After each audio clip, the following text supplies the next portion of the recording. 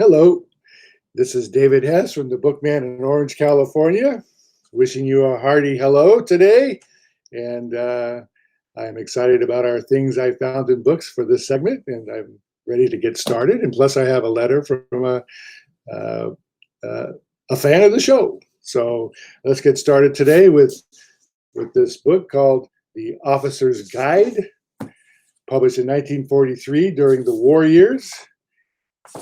In it was a program, the program for the graduation exercise of the 7th class of the Officer Cadet School in Fargo, North Dakota,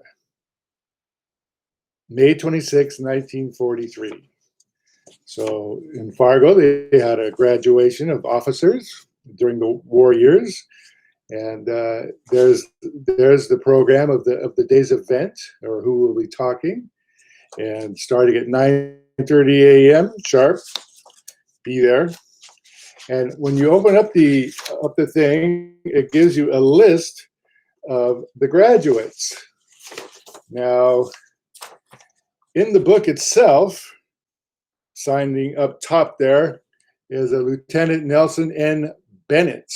Fargo, North Dakota, May 26, 1943. He wrote his name in there, and Mr. Bennett did graduate. He's right there. He's right there. So this is his book.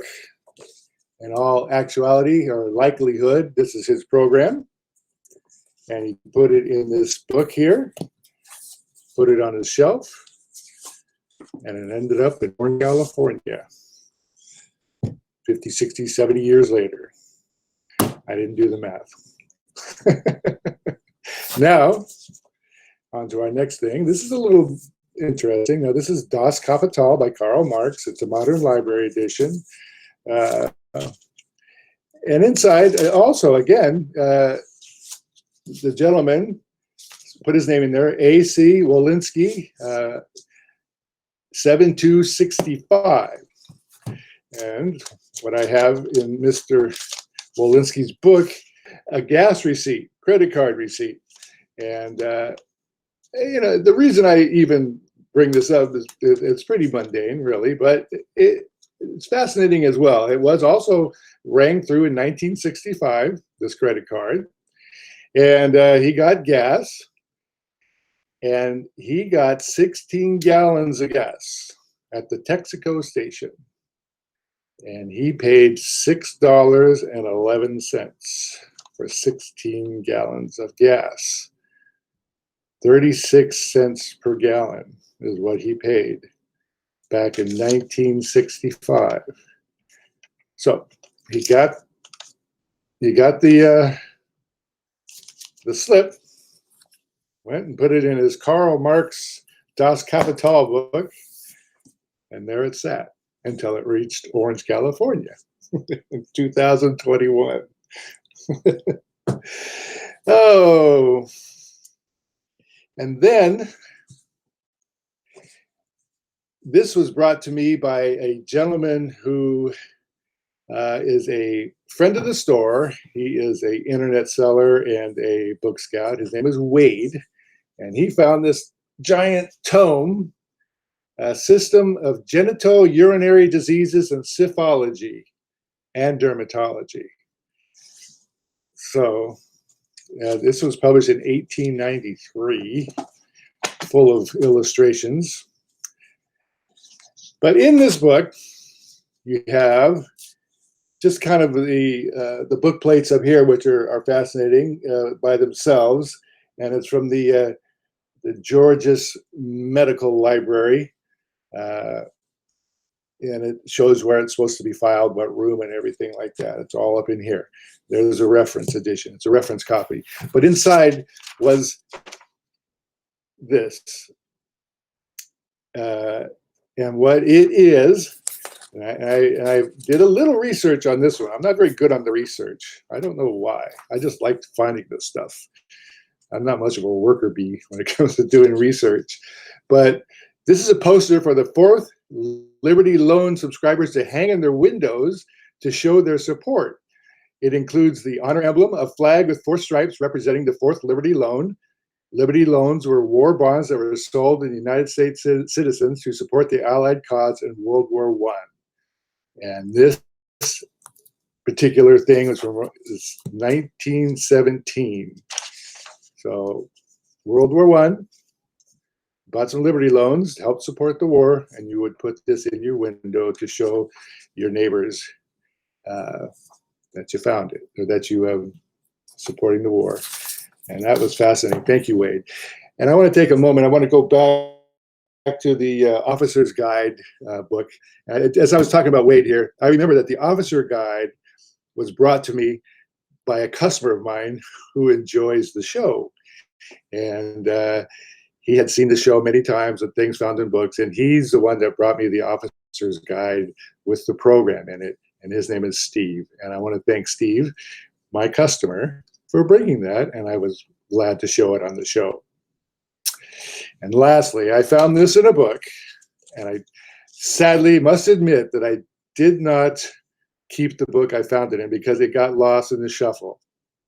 So forgive me, I can't produce the book that it was found in, but I found it just recently, just the other day.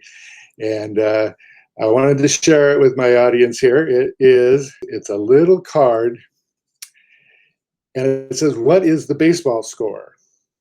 So when I first pulled this out, I love a little challenge there, and took me a while. It took me a little bit of time, but and there's nothing on the back, by the way. It's complete. It's just a blank card on the back, and it says, "What is the baseball score?"